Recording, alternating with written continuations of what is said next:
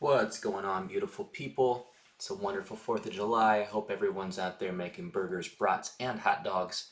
So, after my last little diatribe and my introduction to the KISS tribe and just sources of frustration, what actually began that was a walk down the path of trying to understand just what UAD's or Universal Audio's console was trying to emulate.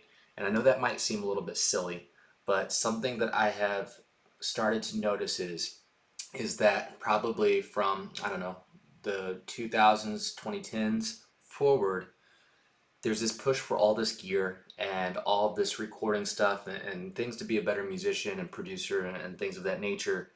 But there's no true tie back to the actual history.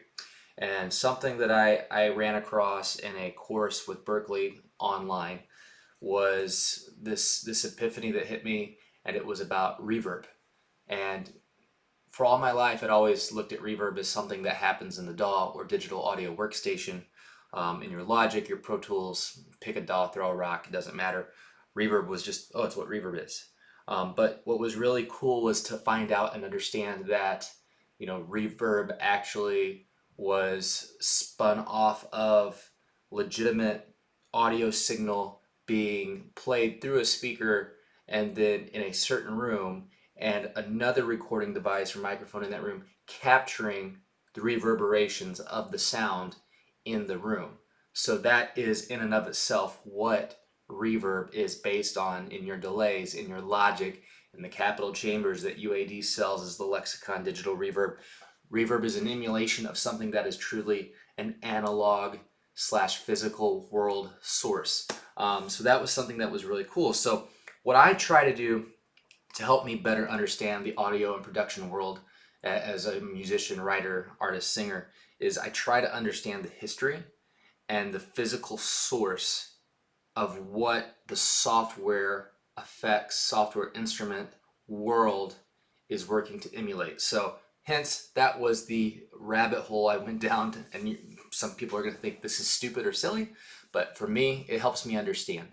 And that was what I was trying to accomplish and figure out with console UAD. And the reason I was thinking like that was, UAD, the console, I feel like can easily be overlooked because you're so accustomed to running through your DAW. And I'm finding that UAD's console can be extremely powerful. And what I was on the search to try to figure out is UAD's console, the software application, literally console, it's named console, like obvious, right? But never assume. Is that emulating the desk console, the mixing board, so to speak, in historic physical recording studios? And that's kind of, I think that I was right. And if someone's out there like, no, you're way off, just let me know. As one Reddit poster affectionately, and I'm not getting my sources 100% from Reddit, but affectionately called it, they said, I like to think of console as the DAW before the DAW. So I think that's 100% a good way to look at it. It makes sense. Um, you know, I was reading through the modern recording techniques by Mr. David Miles Huber. It seems to be the Holy Grail in Bible. So if you're just like me and you're trying to make sense of the madness, and it's like you've ran 50 miles, but it's like, oh, I probably need to go back and check out the nutrition and water station of my running journey. I think this is a good resource. I've kind of tasked myself to reading it 5 pages a day, and going at it from that. At this point, there's no shortage of information. It's trying to discern what information is most important. So, that was the thought on going down the console, I guess, rabbit hole. The other thing that is really important to think about is when you're using your computer or your laptop or whatever device, to run your DAW, it only has so many resources. And if you're like me and you're not ready to drop $5,000 to $10,000 on the latest greatest MacBook, whatever, or Apple product, or build your own, pick your poison. You have to think about your digital processing, right? And the effects and all the things you're doing in your sessions. And I'm sure if you're like me, you've been in your Logic session and boom, just shuts down, can't handle the load. So what I'm excited to learn how to use better is Universal Audio's console application GUI to reduce the load on the DAW and use effects on the front end using the Apollo. So that's going to be kind of my next thing. I don't want to keep talking a whole lot. There's another gentleman, I think it's Steve Kinney. I'll drop his stuff, his link, his YouTube in the description.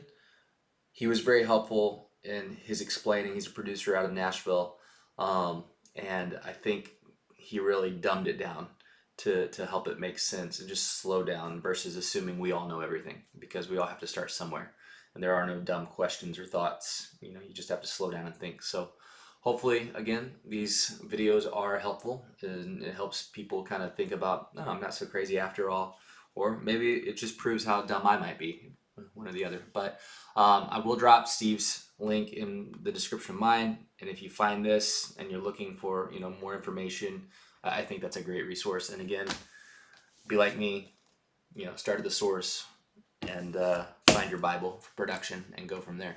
Talk to y'all soon. Thanks.